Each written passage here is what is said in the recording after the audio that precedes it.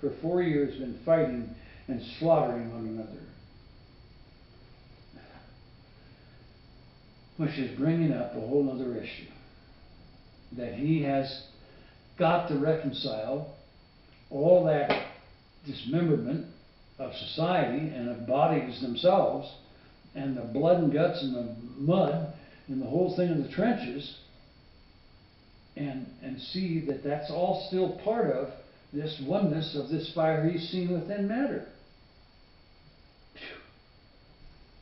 And he sets about that task, and it's during this time that he writes to his cousin a short article, which is really a small book, on suffering, sin, death, and evil, as seen through the eyes of movement and evolution.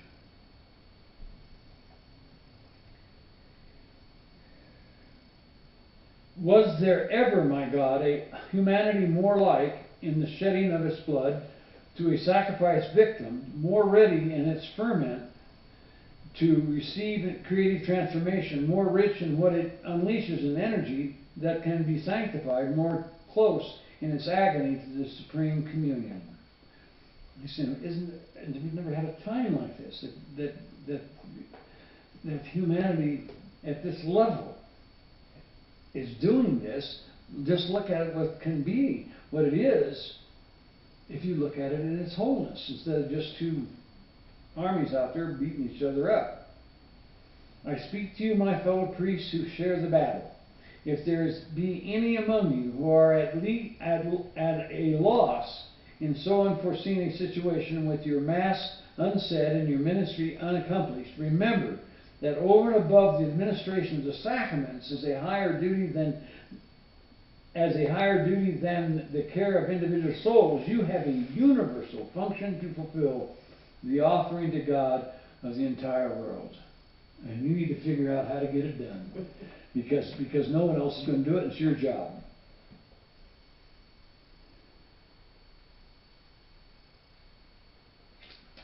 Well,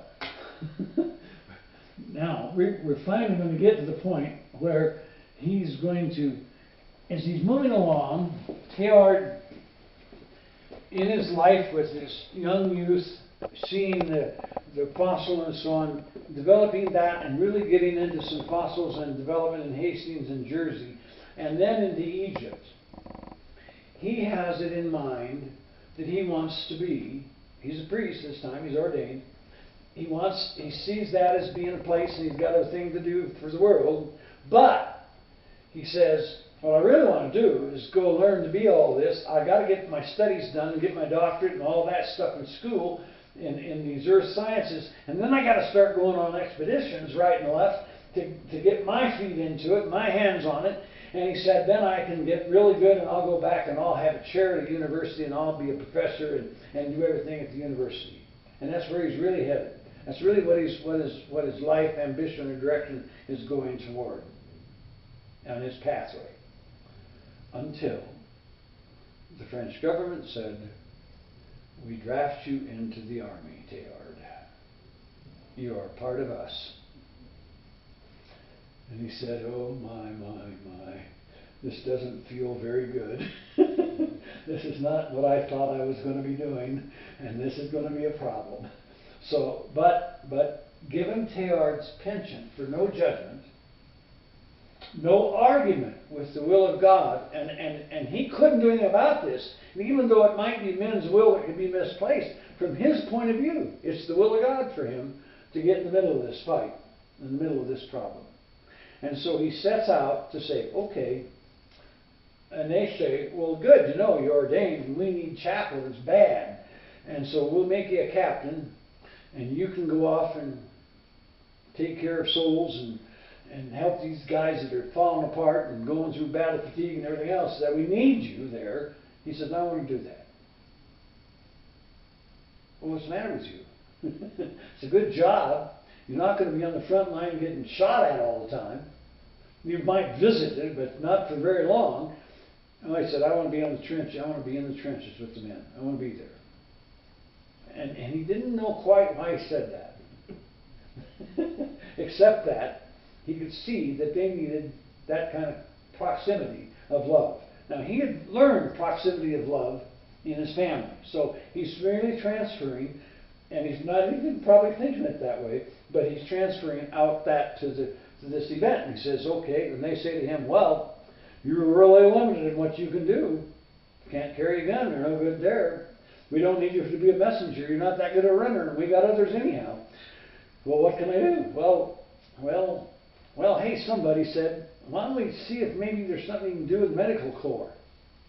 Well, that's a good idea. You don't have any training, do you? No, I don't have any training in that. Can't do that. And so they said, well, but you can do one thing. What's that? You can be a stretcher bearer and help these people to get back, or we can work on them. Oh, okay, that's fine.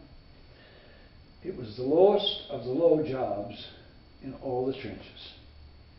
And I don't know if I have it in my notes here.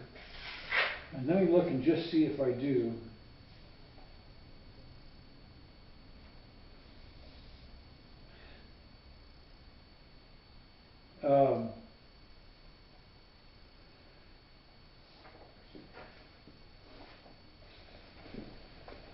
Just turn it off a moment.